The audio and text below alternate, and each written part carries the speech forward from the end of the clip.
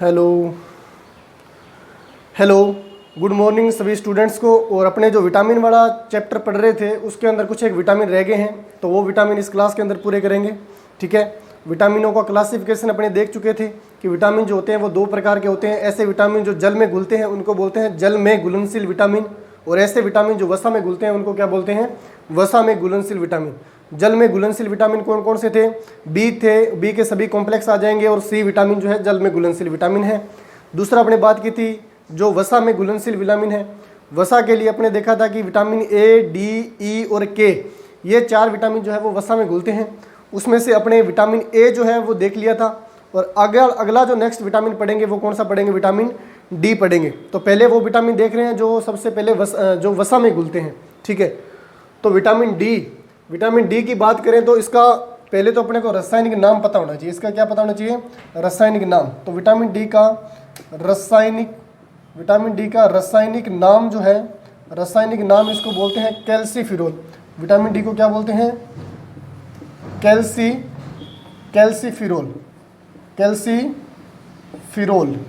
Calciferol vitamin D का नाम हो गया। ठीक है, ये रासायनिक नाम से बहुत बार क्वेश्चन पूछा गया है कि विटामिन डी का रासायनिक नाम क्या है, तो कैल्सीफिरोल। अब विटामिन डी होता है जो दो प्रकार का होता है। विटामिन डी को मैं यहीं क्लियर कर दूं, विटामिन डी जो होता है वो दो प्रकार का होता है। एग्जामिनर यहाँ से दो प्रकार के क्वेश्चन उठाता है। दो प्रकार का कैसे होता है, एक होता है विटामिन D2 और एक होता है विटामिन D3। ठीक है, इनका रासायनिक नाम से क्वेश्चन पूछ लेता है कि विटामिन D2 का रासायनिक नाम क्या है और D3 का रासायनिक नाम क्या है।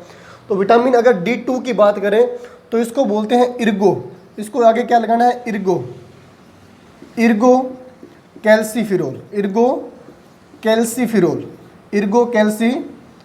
कैल्सीफिरोल। इसका नाम क्या हो जाएगा, इर्गो कैल्सीफिरोल हो जाएगा विटामिन D2 का। जबकि विटामिन D3 जो है इसका अपने रासायनिक नाम क्या लिख देंगे, इसका नाम लिखेंगे टोको। इसका नाम क्या लिखेंगे, टोको कैल्सीफिरोल।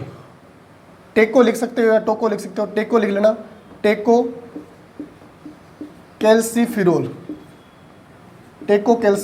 ये इसका रासायनिक नाम हो जाएगा। तो एग्जामिनर जो है वैज्ञानिक नाम से या अपने वैज्ञानिक नाम तो इसको नहीं बोल सकते, रासायनिक नाम से क्या उठा सकता है, क्वेश्चन उठा सकता है। तो कैल्सीफिरोल भी बोल सकता है और टेकोफिरोल पूछ सकता है। टेको कैल्सीफिरोल किसे बोलते हैं, तो टेको कैल्सीफिरोल जो है वो किसका नाम है, विटामिन D3 का है, और इर्गो कैल्सीफिरोल किसका है, विटामिन D2 का है। जबकि रासायनिक नाम की बात करें, सीधा ही पूछ ले कॉमन सा क्वेश्चन कि विटामिन डी का रासायनिक नाम क्या है, तो रासायनिक नाम इसका ध्यान क्या रखोगे, कैल्सीफिरोल। ठीक है, उसके बाद में बात करते हैं कि विटामिन डी की कमी से कौन कौन से जो है वो रोग हो जाते हैं बॉडी के अंदर। विटामिन डी की कमी जो है वो किन किन के अंदर पाई जाती है। तो विटामिन डी की कमी से अगर रोगों की बात करें, कमी से रोग की बात करें कि विटामिन डी की कमी से कौन कौन से रोग होते हैं। विटामिन डी की कमी से सबसे पहला रोग जो आपको ध्यान में रखना है वो है रिकेट्स रोग। कौन सा है, रिकेट्स रोग। रिकेट्स रोग की क्या कंडीशन रहती है, इस रोग के अंदर जो है हड्डियां जो है वो कमज़ोर हो जाती हैं, अपनी हड्डियां जो है वो भंगुर होकर खुरने लग जाएगी। ठीक है, हड्डियां कमज़ोर हो जाती हैं। और इस रोग को पूछा जाता है कि विशेष तौर पे ये किस में होता है, तो ये रोग होता है बच्चों के अंदर। ये रोग किस में होता है, बच्चों में होता है ज़्यादातर। ठीक है, बच्चों में होने वाला विटामिन डी की कमी से रोग कौन सा है, रिकेट्स रोग। और रिकेट्स रोग के बारे में एक और क्वेश्चन पूछा जाता है कि बच्चों में अगर रिकेट्स रोग हो रहा है तो दूसरा जो वयस्क लोगों के अंदर या वयस्क मानव के अंदर कौन सा रोग होएगा, तो वो रोग हो जाएगा ओस्टियोमलेशिया। एक और रोग है जिसका नाम ध्यान में रखोगे,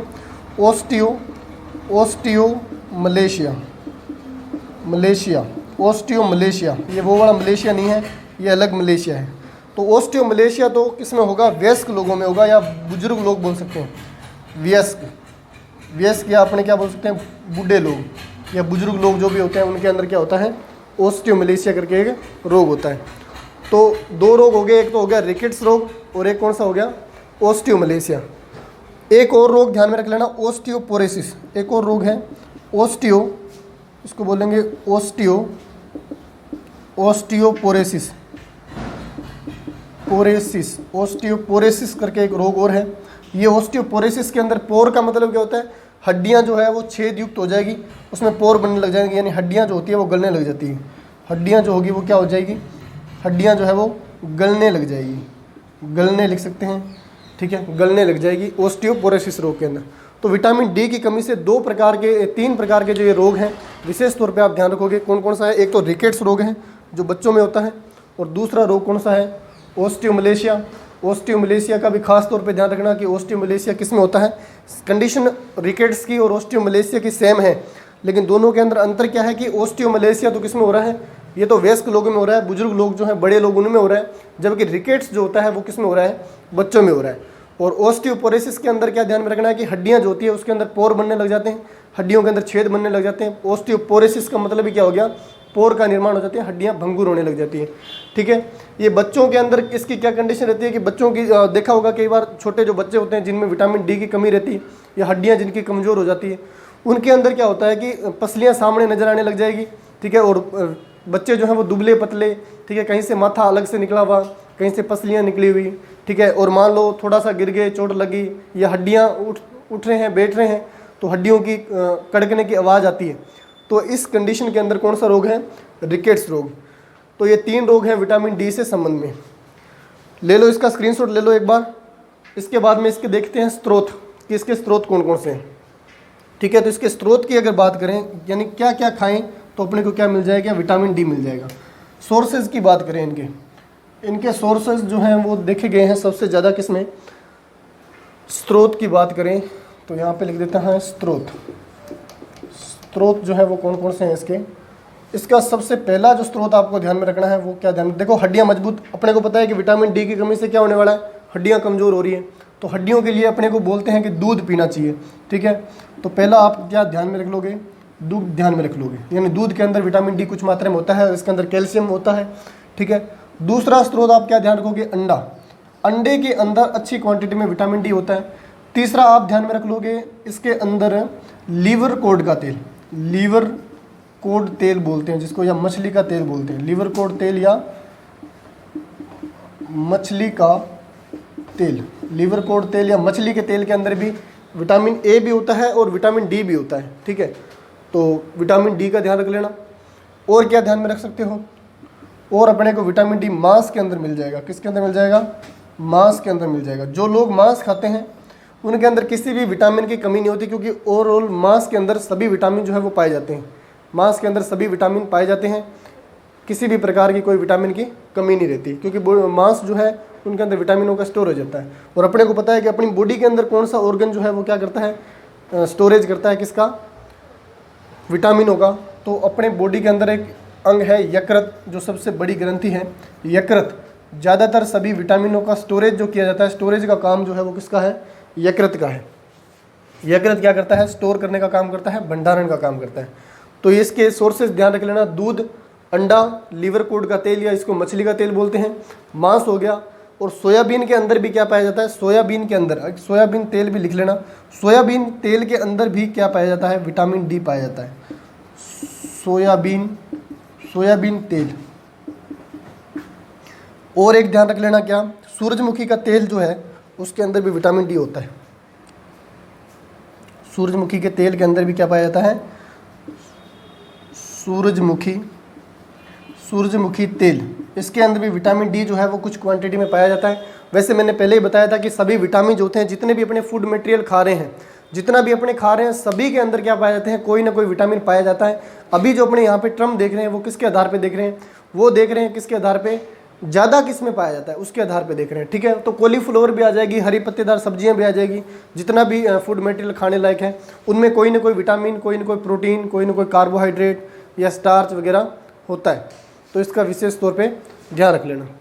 इसका ले लो स्क्रीनशॉट ले लो। विटामिन डी की अगर कमी हो जाएगी तो रोग ध्यान में रख लेना, इसके सोर्सेज ध्यान में रख लेना, और इसका क्या ध्यान रखना है? रासायनिक नाम ध्यान में रखना है, कैल्सीफिरोल।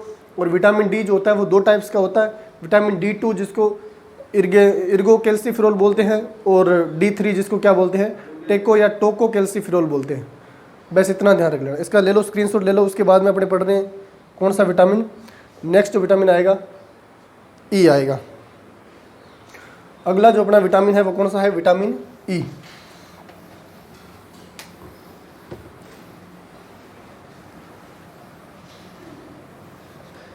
नेक्स्ट अपने लिए जो विटामिन है वो विटामिन है विटामिन ई। विटामिन ई की बात करेंगे। ठीक है, विटामिन ई के लिए देखें तो इसका अपने को रासायनिक नाम पता होना चाहिए। इसका रासायनिक नाम जो है, इसका रासायनिक नाम जो है वो क्या है, टोकोफिरोल है। इसको क्या बोलते हैं, टोकोफिरोल। विटामिन ई का रासायनिक नाम है, ठीक है। इसका रासायनिक नाम विशेष तौर पे ध्यान रखना है अपने को। उसके बाद में क्या क्वेश्चन पूछा जाता है कि इसकी कमी से क्या कुछ होने वाला है, ठीक है। इसकी कमी से रोग देखेंगे या इसके अन्य नाम देखेंगे, तो इसको अन्य नाम से बोलते हैं ब्यूटी विटामिन। इसको क्या बोलते हैं, ब्यूटी विटामिन भी बोलते हैं, ब्यूटी विटामिन भी बोलते हैं, विटामिन, ठीक है, ब्यूटी विटामिन भी बोलते हैं। क्यों बोलते हैं, क्योंकि ये सुंदरता के लिए अत्यंत ही उपयोगी विटामिन है। अगर मान लो कोई व्यक्ति सुंदर दिखना चाहता है तो उसमें कौन सा विटामिन होना चाहिए, विटामिन ई ज़्यादा होना चाहिए। विटामिन ई जो होता है वो किस में पाया जाता है, सोर्सेज की मैं यहाँ पे बात कर दूँ तो विटामिन ई जो होता है, जितने भी फैटी हैं, तेलीय पदार्थ हैं, या अपने बोलते हैं कि फैट्स हैं, उन सभी के अंदर, तेल के अंदर क्या मिलता है, अपने को विटामिन ई मिलता है, ठीक है। अब विटामिन ई करता क्या है, बॉडी को सुंदर, या अपने बात करें कि ये एक प्रकार से एंटीऑक्सीडेंट की तरह काम करता है। विटामिन ई जो होता है वो एंटीऑक्सीडेंट की तरह काम करता है। तो सर हमने तो कहीं पढ़ रखा है कि विटामिन सी जो होता है वो एंटीऑक्सीडेंट की तरह काम करता है। बिल्कुल, सी भी काम करता है। अगर मान लो ऐसा क्वेश्चन आ जाए कि एंटीऑक्सीडेंट निम्न में से कौन सा एंटीऑक्सीडेंट विटामिन है, तो आपको ऑप्शन में सी नहीं दिखे तो आपका आंसर क्या सही जाएगा, विटामिन ई सही जाएगा, क्योंकि विटामिन ई है सी के बाद में एंटीऑक्सीडेंट की तरह काम करता है। यानी विटामिन अगर सी ऑप्शन के अंदर नहीं है और एंटीऑक्सीडेंट के बारे में क्वेश्चन पूछा गया है तो विटामिन ई जो है वो अपना आंसर सही चला जाएगा। तो मैं यहाँ पे एक लाइन और लिख देता हूँ, विटामिन ई को क्या बोलते हैं, एंटीऑक्सीडेंट बोलते हैं, एंटीऑक्सीडेंट विटामिन बोलते हैं। इसको क्या बोलते हैं, एंटीऑक्सीडेंट विटामिन भी बोलते हैं। इस चीज़ का विशेष तौर पे ध्यान रख लोगे, एंटीऑक्सीडेंट विटामिन बोलते हैं। और इसको ब्यूटी विटामिन बोलते हैं। त्वचा का रख रखाव या त्वचा से संबंधित कोई बीमारी हो रही है, त्वचा को रख रखाव करने के लिए जो विटामिन है वो कौन सा है, विटामिन ई, ठीक है। और सुंदरता से संबंध रखता है, इसलिए इसको ब्यूटी विटामिन बोलते हैं। महिलाओं के लिए तो ये और ही ज़्यादा उपयोगी है क्योंकि उनको सुंदर दिखना होता है। और अदर भी अगर मान लो कोई बात करें, अदर के अंदर भी यूज कर सकते हैं। विटामिन ई की अच्छी क्वांटिटी होगी तो वो सुंदर दिखेंगे, ठीक है। तो विटामिन ई की बात होगी, ठीक है। इससे रंग से कोई संबंध नहीं है, ठीक है। एक विशेष तौर पर ध्यान रख लेना। कई क्वेश्चन करते हैं स्टूडेंट मेरे को, कई पूछते हैं कि सर, बहुत बार क्लास में भी पढ़ाता हूँ तो पूछते हैं कि सर इससे रंग से रिलेटिव है क्या, विटामिन ई लेने पे क्या मान लो किसी के रंग में कोई परिवर्तन आ सकता है क्या। तो सुंदरता रंग से नहीं होती, सुंदरता अलग अलग बात है। जैसे मान लो पिंपल्स नहीं होंगे, ठीक है, घाव बनेंगे तो वो जल्दी भर जाएंगे। इस प्रकार की जो कंडीशन आएगी वो विटामिन ई संभालता है, न कि कलर की प्रॉब्लम संभालता है। कलर की प्रॉब्लम नहीं संभालता। कलर जो है वो जीन पे डिपेंड करता है, अपने अनुवांशिक गुणों या जेनेटिक रीजन्स पे डिपेंड करता है, ठीक है। तो इस पे थोड़ा सा, और वैसे सुंदरता बाहरी तो होनी ही नहीं चाहिए, बाहरी सुंदरता किसी काम की नहीं है। सुंदरता कैसी होनी चाहिए, मन की सुंदरता होनी चाहिए। अगर किसी में मन की सुंदरता है और बाहरी सुंदरता नहीं है तो भी चलेगा। अगर मान लो बाहरी सुंदरता है और मन की सुंदरता बिल्कुल ही नहीं है तो कुछ नहीं होने वाला उस व्यक्ति का। तो सबसे पहले इसके रोगों की बात कर लेते हैं कि कौन कौन से जो है वो रोग होते हैं कमी से, ठीक है। इसकी कमी से कौन कौन से रोग होते हैं। तो कमी से मैं रोगों की बात करूं, रोग कमी से बात करें तो एक रोग आता है स्टरलिटी, जिसको बोलते हैं, इसको क्या बोलते हैं, स्टरलिटी बोलते हैं, या इसको क्या बोलते हैं, प्रजनन क्षमता में कमी, या प्रजनन क्षमता लिख सकते हैं, क्षमता, या प्रजनन अंगों में, या क्या लिख सकते हैं, प्रजनन अंगों में विकार, या आपने क्या लिख सकते हैं, कमी, ठीक है। या तो प्रजनन क्षमता में कमी हो जाएगी, ठीक है। इसको स्टरलिटी बोलते हैं। स्टरलिटी मतलब व्यक्ति हो जाता है नपुंसक। अगर वो नर मनुष्य है तो वो कैसा दिखेगा, उसको क्या बोला जाएगा, नपुंसक बोला जाएगा। नपुंसक क्यों बोला जाएगा, क्योंकि उसके अंदर जो नई पीढ़ी को निर्माण करने के लिए, एक बात बोलते हैं कि बच्चा पैदा करने के लिए जो क्षमता है, जो शुक्राणु बनने चाहिए, वो उसके बॉडी के अंदर नहीं बनने वाले, ठीक है। और मादा जो है इसकी क्या कहलाएगी, मादा को क्या बोल दिया जाएगा, बांझ बोल दिया जाएगा, ठीक है। क्या बोल दिया जाएगा, बांझ बोल दिया जाएगा, बांझ, ठीक है। तो बांझ की कंडीशन विटामिन ई की कमी से मादाओं में भी आ सकती है, नर मनुष्य में आ सकती है। दोनों के लिए जो है ये विटामिन उपयोगी होता है, ठीक है। नपुंसक इसको क्या बोलेंगे, नर मनुष्य को बोल देंगे, ठीक है। तो ऐसी कंडीशन के अंदर यहाँ पे क्या, किसका निर्माण नहीं होगा, शुक्राणुओं का निर्माण नहीं होगा।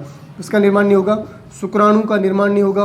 और मादाओं में किसका निर्माण नहीं होगा, फर्टिलिटी नहीं कर पाएंगे, अंडाणु का निर्माण नहीं होगा। किसका निर्माण नहीं होगा, अंडाणु का निर्माण नहीं होगा। जब अंडाणु मादा नहीं बना पाएगी और व्यक्ति जो है वो शुक्राणु नहीं बना पाएगा, नर मनुष्य जो है, तो वो किसी काम का नहीं है, ठीक है। और वो व्यक्ति क्या कहलाएंगे, नपुंसक कहलाएंगे, बांझ कहलाएंगे। इस प्रकार से क्वेश्चन पूछा गया है कि किस विटामिन की कमी हो जाने पर व्यक्ति बांझपन का शिकार हो जाते हैं या शुक्राणुओं का निर्माण उनमें नहीं होता है।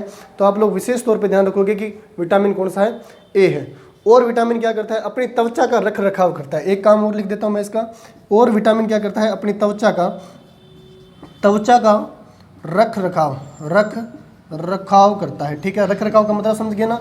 अगर मान लो त्वचा है, एंटीऑक्सीडेंट है, तो अपने को पता चल गया, मैंने लिखवाया ना यहाँ पे एंटीऑक्सीडेंट है। तो एंटीऑक्सीडेंट होने का मतलब क्या है कि अपनी त्वचा के ऊपर जो भी डेड स्किन आ रही है, डेड स्किन वगैरह आ रही है, डेड सेल हो रखी है, उनको रिमूव करने का काम हो गया, ठीक है। एक और क्वेश्चन के विशेष तौर पे ध्यान रखोगे आप, क्या क्वेश्चन ध्यान में रखोगे कि एग्जामिनर ने बहुत बार यहाँ से क्वेश्चन उठाया है, अदर बड़े एग्जाम के अंदर, आरएस के अंदर, ठीक है, और अदर भी जो भी एग्जाम होते हैं वहाँ से क्या क्वेश्चन उठाया है कि विटामिन ई जो है, विटामिन ई को निर्माण के लिए कौन सा तत्व जो है वो मेन इंपॉर्टेंट चाहिए।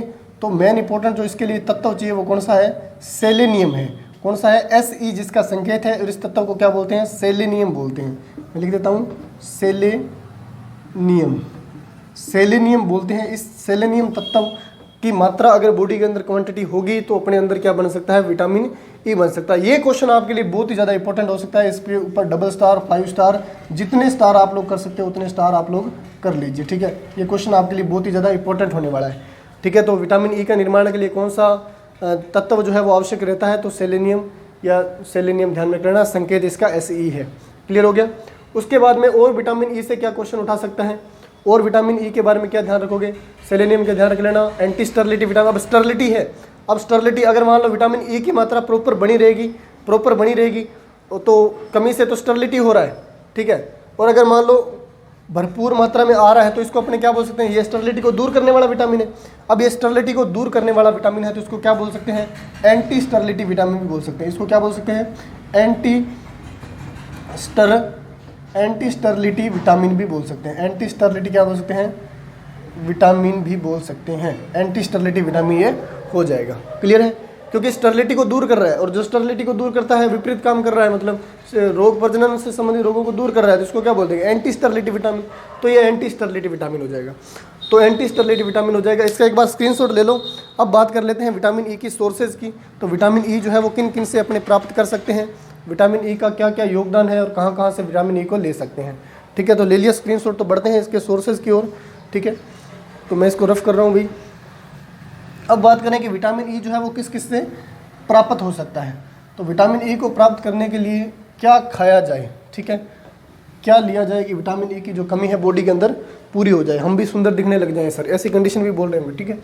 तो सोर्सेज की बात करें, इसके स्रोत की बात करें, तो सबसे पहला जो आपको स्रोत ध्यान में रखना है, बीटन कोड लीवर के अंदर भी विटामिन ई की मात्रा, जितने भी तेलीय पदार्थ हैं, मैं बोल रहा हूँ कि बीजीय पदार्थ है, जिनके बीजों से तेल निकलता है, तेलीय पदार्थ है, उन सभी के अंदर विटामिन ई होगा। जैसे मैं बात करूं कॉटन सीड की बात करें, ठीक है, कॉटन सीड जो होते हैं, कॉटन सीड यानी बिनोलिया जिसको अपने बोलते हैं, उनके अंदर बहुत ही अच्छी मात्रा में विटामिन ई होता है। तो आप सुंदर दिखने के चक्कर में कहीं विटामिन ई वहाँ से ले मत लेना, क्योंकि कॉटन सीड के अंदर और भी ज़्यादा गोसिपोल करके, कॉटन सीड जो होता है उसके अंदर गोसिपोल करके एक रसायन पाया जाता है जो अपने लिए घातक हो सकता है, ठीक है। तो ये अपने लिए वैसे है नहीं, लेकिन इसके अंदर विटामिन ई अच्छी मात्रा में पाया जाता है। खाने योग्य भी मैं अभी आपको बता देता हूँ, ठीक है। तो खाने योग्य के लिए अगर आपको ध्यान में रखना है तो वो ध्यान रख लेना, सोयाबीन का तेल, सोयाबीन तेल के अंदर मिलता है। तीसरा आप ध्यान में रख लोगे कोकोनट, नारियल जिसको बोलते हैं, नारियल का तेल हो गया, उसमें भी पाया जाता है। चौथा आप क्या ध्यान में रख लोगे, 4 नंबर पे आप ध्यान में रख लोगे सूरजमुखी का तेल जो होता है उसके अंदर भी क्या पाया जाता है, विटामिन ए पाया जाता है। सूरजमुखी का तेल जो होता है उसके अंदर पाया जाता है। एक विशेष तौर पे क्वेश्चन पुट हुआ था सूरजमुखी के लिए, इंपॉर्टेंट लगा रहा हूँ, ठीक है। तो विशेष तौर पे आप ध्यान रखोगे, सूरजमुखी के लिए क्या क्वेश्चन बना था कि हृदय रोगियों के लिए किसका तेल उपयोगी है, जिसके अंदर कोलेस्ट्रॉल का लेवल बढ़ जाता है, जो रोगी हृदय से जूझ रहे हैं, हृदय से संबंधित किसी को अगर बीमारियां हैं। ये क्वेश्चन पूछा गया था BHU के अंदर। किस में पूछा गया था, BHU, बनारस हिंदू यूनिवर्सिटी करके एग्जाम होता है, और 16 के अंदर पूछा गया था। ये क्वेश्चन 2-3 बार उठ चुका है, हर बार देखने को मिल जाता है। क्या क्वेश्चन पूछता है कि सूरजमुखी का तेल जो है वो किन रोगियों के लिए आवश्यक है, या हृदय रोगियों के लिए कौन सा तेल आवश्यक है। तो हृदय रोगियों के लिए यहाँ पे लिख रहा हूँ मैं सूरजमुखी का तेल, हृदय रोगियों के लिए, हृदय रोगियों के लिए, रोगियों के लिए अति आवश्यक है। ठीक है, हृदय रोगी, हृदय से संबंधित जितने भी रोगी हैं उनको अगर किसी तेल का सेवन करना है तो उनको कौन सा तेल का सेवन करना चाहिए, सूरजमुखी के तेल का सेवन करना चाहिए। और अगर अपने बात करें और किस में पाया जाता है, विटामिन ई। और आप ध्यान में रख लोगे जितने भी तेलीय पदार्थ हैं, तिल का तेल हो गया, ठीक है, तिल का तेल भी बहुत उपयोगी माना गया है। तिल के तेल के अंदर भी क्या पाए जाते हैं, तिल के तेल के अंदर भी विटामिन ई पाया जाता है। वैसे जॉनसन बेबी तेल जो आते हैं, आपने देखा होगा जितने भी कॉस्मेटिक सुंदरता से संबंधित जो भी प्रोडक्ट आते हैं उनके अंदर ज़्यादातर विटामिन ई होता है। आपने देखा होगा जॉनसन बेबी तेल की बोतल जो आप घर पे खरीद के लेके आते हो, या छोटे बच्चों के लिए लेके आते हो, या जॉनसन बेबी का एक पाउडर आता है, उस प्रकार से जो भी कॉस्मेटिक प्रोडक्ट आते हैं, अच्छे जो प्रोडक्ट आते हैं ब्रांड, उनके अंदर विटामिन ई जो होता है वो अच्छी क्वांटिटी में दिखाया जाता है। ठीक है, और आपने देखा होगा आजकल तो मेडिकल के ऊपर हर एक विटामिन के कैप्सूल मिलते हैं, तो विटामिन ई के भी कैप्सूल आते हैं। विटामिन ई के कैप्सूल थोड़े हल्के ग्रीन कलर के आते हैं, लोग यूज भी करते हैं। मान लो किसी को पिंपल्स हो रखे हैं, इस प्रकार की कोई गंभीर बीमारियां हो रखी है, या चेहरे पे जल गया है, या दाग धब्बे हो रखे हैं, तो थोड़ा बहुत रिमूव कर देता है, क्योंकि विटामिन ई किसका रखरखाव करता है, त्वचा का रखरखाव करता है। तो आई होप सो आपको पता चल गया होगा कि इतने से आप जो है वो ये ध्यान में रख लेना, इसके सोर्सेज, आपका काम जो है हो जाएगा, एग्जाम से कोई क्वेश्चन आपका बाहर नहीं जाएगा। ले लो इसका स्क्रीनशॉट ले लो। नेक्स्ट विटामिन की बात करेंगे, अगला कौन सा विटामिन आ रहा है अपना। अगला जो विटामिन अपने पढ़ेंगे कौन कौन से हो गए, ए हो गया, डी हो गया, ई हो गया, और अपने अगला जो विटामिन पढ़ना है वो है विटामिन के।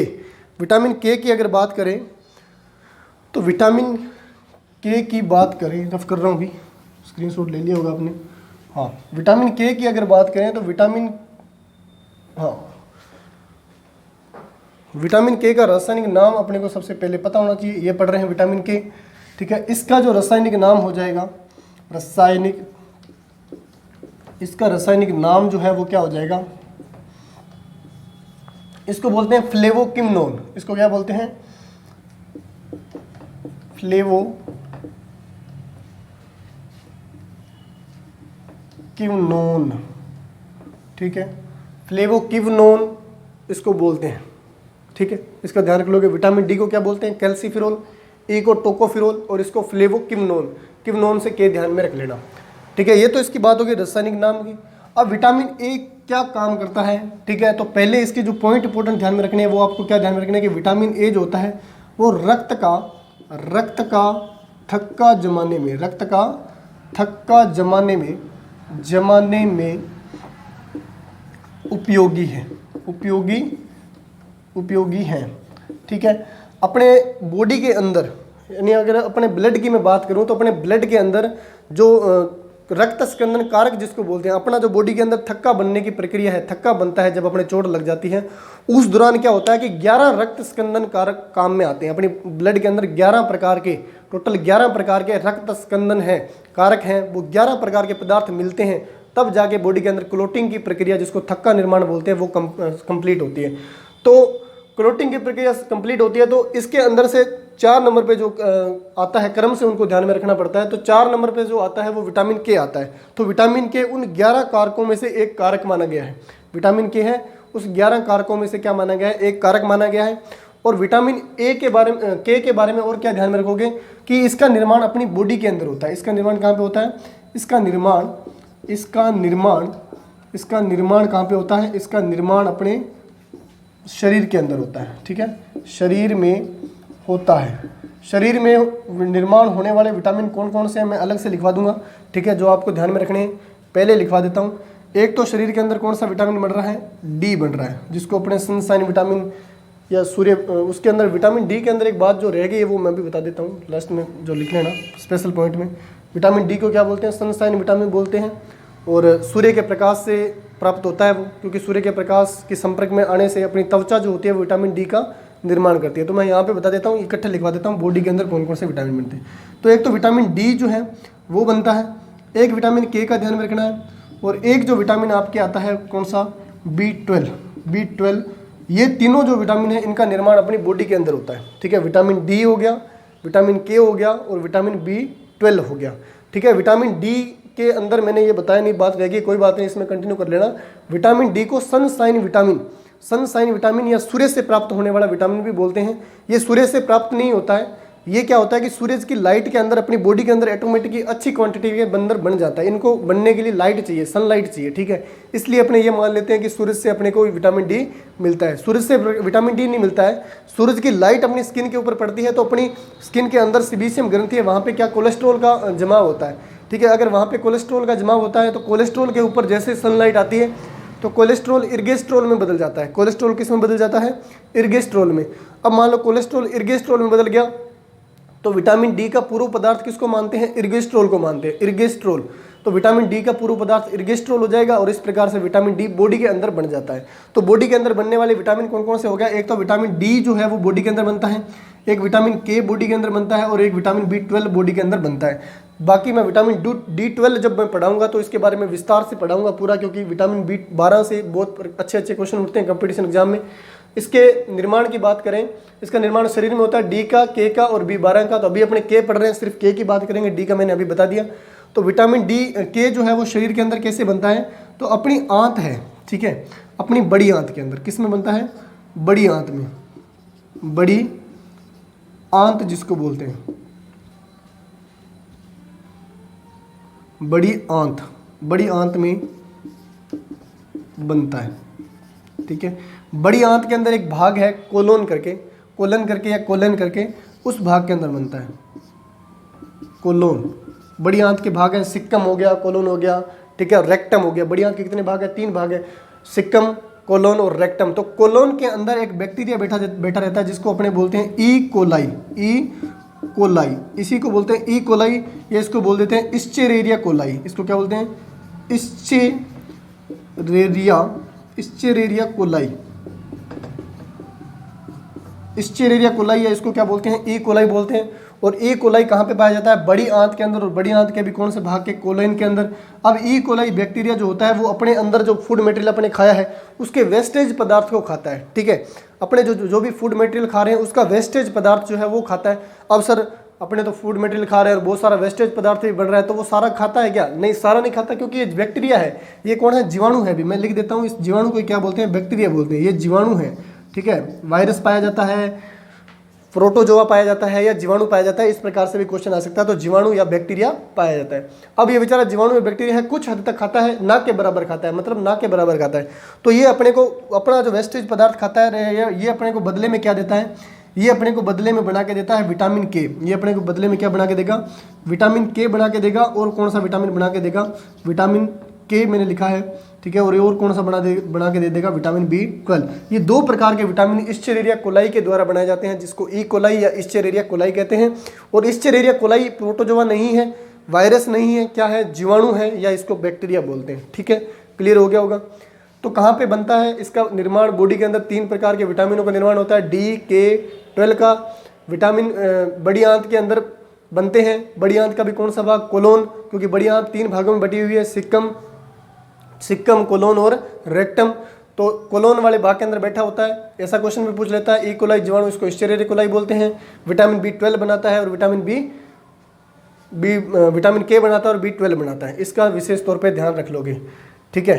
तो इसका एक बार ले लो स्क्रीनशॉट, और भी इसके बारे में जो इंपॉर्टेंट बातें हैं। अब मान लो कई बार एग्जामिनर एक क्वेश्चन और भी उठा लेता है। क्या क्वेश्चन उठा लेता है? कि विटामिन बना रहा है जो अपने बॉडी के अंदर बैठा कौन सा जीवाणु? ई कोलाई जीवाणु। ई कोलाई जीवाणु को क्या फायदा हो रहा है? क्यों बैठा है? देखो, अपना जो वेस्टेज मटेरियल है वो कौन खा रहा है? ई कोलाई जीवाणु खा रहा है। ई कोलाई जीवाणु खा रहा है, तो ई कोलाई जीवाणु अपने से पदार्थ खा रहा है, बदले में अपने को क्या दे रहा है? विटामिन बना के दे रहा है। यानी ये अपने पे निर्भर है, अपने इस पर निर्भर है, अपने इस पर निर्भर है इस विटामिन के लिए, और ये अपने पे निर्भर है। तो यानी ये संबंध कौन सा ये संबंध पूछ लेता है कि ये संबंध कौन सा है? तो ये संबंध कहलाता है सहजीवी, सहजीवी संबंध, सहजीवी संबंध कहलाता है, संबंध कहलाता है। कोई चाचे ताए का संबंध नहीं है। क्या कहलाता है? सहजीवी संबंध। सिम्बायोसिस बोलते हैं। क्या बोलते हैं? सिम्बायोसिस, बायोसिस, ठीक है, सिम्बायोसिस संबंध बोलते हैं, या इसको क्या बोलते हैं? सहजीवी संबंध। चाचे ताए वाला संबंध अपने साथ में इसका नहीं है। सहजीवी संबंध किसको बोलते हैं? ऐसा संबंध जिसके ऊपर जीव दूसरे पे डिपेंड हो और दूसरा जीव अपने पे डिपेंड हो, यानी दोनों को फायदा हो रहा हो। देखो, अपने को भी फायदा हो रहा है, अपने को क्या दे रहा है? विटामिन के दे रहा है, विटामिन B12 दे रहा है। और इसको क्या फायदा हो रहा है? इसको खाने को मिल रहा है, इसको खाने पीने को मिल रहा है, और अपने को विटामिन मिल रहे हैं। तो दोनों का फायदा हो रहा है। और जिस कंडीशन के अंदर दोनों का फायदा होता हो उस संबंध को बोलते हैं सहजीवी संबंध या सिम्बायोसिस संबंध। तो विटामिन के लिए ये जो मैंने इंपॉर्टेंट बातें बताई है इनका एक बार स्क्रीनशॉट ले लो। इंपॉर्टेंट बातों के बाद में इसके देखेंगे कौन से रोग हो जाते हैं और इसके बारे में और पढ़ेंगे कि इसके सोर्सेज जो हैं वो क्या है। ठीक है, बढ़ते हैं आगे। रफ कर देता हूँ अभी मैं इसको। इसके सोर्सेज की बात कर लें और पहले बात कर लें कमी की।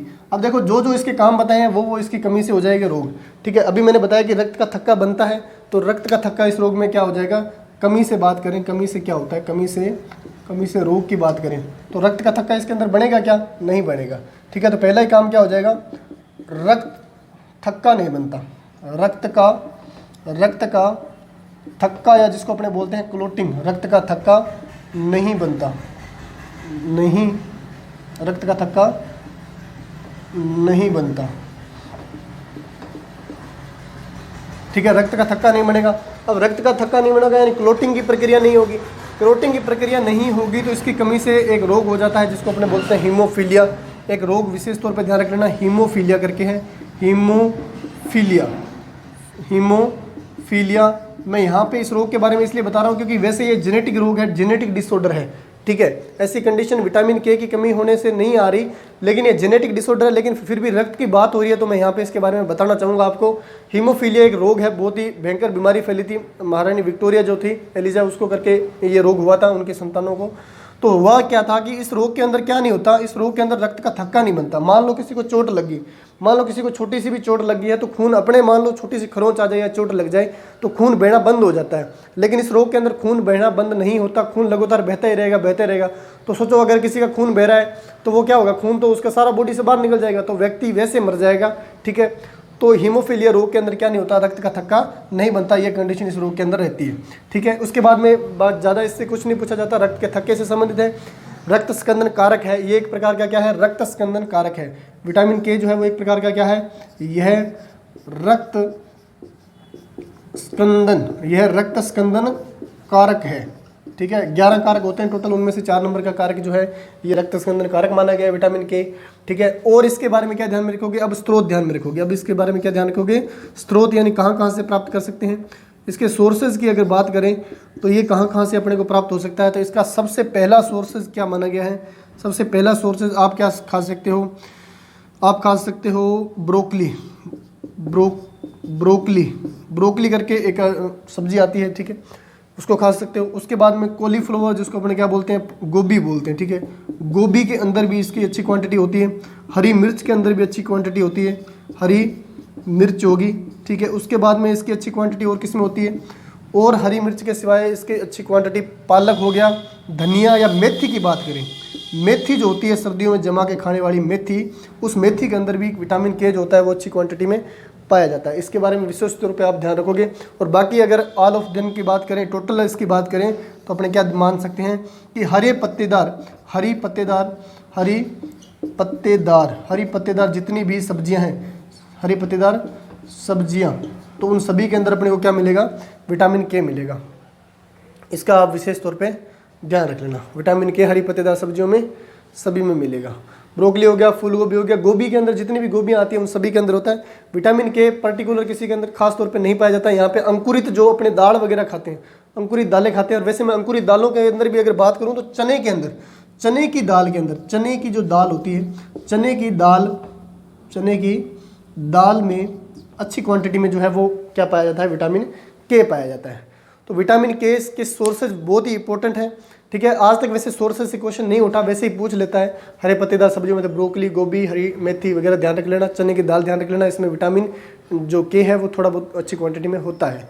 ठीक है, वैसे तो दालें जो होती है उनमें प्रोटीन पाई जाती है ज़्यादा मात्रा में, लेकिन कुछ मात्रा में थोड़ा बहुत इसके अंदर विटामिन के भी होता है। वैसे हरी पत्तेदार जितनी भी सब्जियाँ आ जाएगी, अंकुरित दालें आ जाएगी, विटामिन के का निर्माण करेगी। तो विटामिन वसा में घुलनशील जितने भी विटामिन थे वो अपने हो गए हैं कंप्लीट। कौन कौन से थे वसा में घुलनशील विटामिन, ठीक है, जल में घुलनशील थे बी के सारे कॉम्प्लेक्स और विटामिन सी। और वसा में घुलनशील विटामिन अपने कौन कौन से थे, तो वसा में घुलनशील विटामिन ए था, डी था, ई था और के था। ठीक है, तो अपने विटामिन ए पढ़ चुके हैं, विटामिन डी पढ़ चुके हैं और विटामिन ई पढ़ चुके हैं और के पढ़ चुके हैं। यानी अपने वसा में घुलनशील जितने भी विटामिन थे वो सारे कंप्लीट हो गए हैं। अब अपने जो नेक्स्ट क्लास में पढ़ेंगे वो क्या पढ़ेंगे, जल में घुलनशील विटामिन पढ़ेंगे। तो आई होप सो आपको अच्छे से समझ में आया होगा। कमेंट करके क्लास के अंदर जरूर बताएं, ठीक है, कि क्लास आपको बढ़िया समझ में आ रही है कि नहीं आ रही, ठीक है। तो कमेंट जरूर करें और ज़्यादा से ज़्यादा क्लास को सभी स्टूडेंट्स शेयर करें और सपोर्ट करें पूरा। जितना ज़्यादा आपका सहयोग रहेगा, आपके सहयोग के अकॉर्डिंग बेहतर से बेहतर किया जाएगा आपके लिए। तो भाई थैंक यू सभी स्टूडेंट्स को।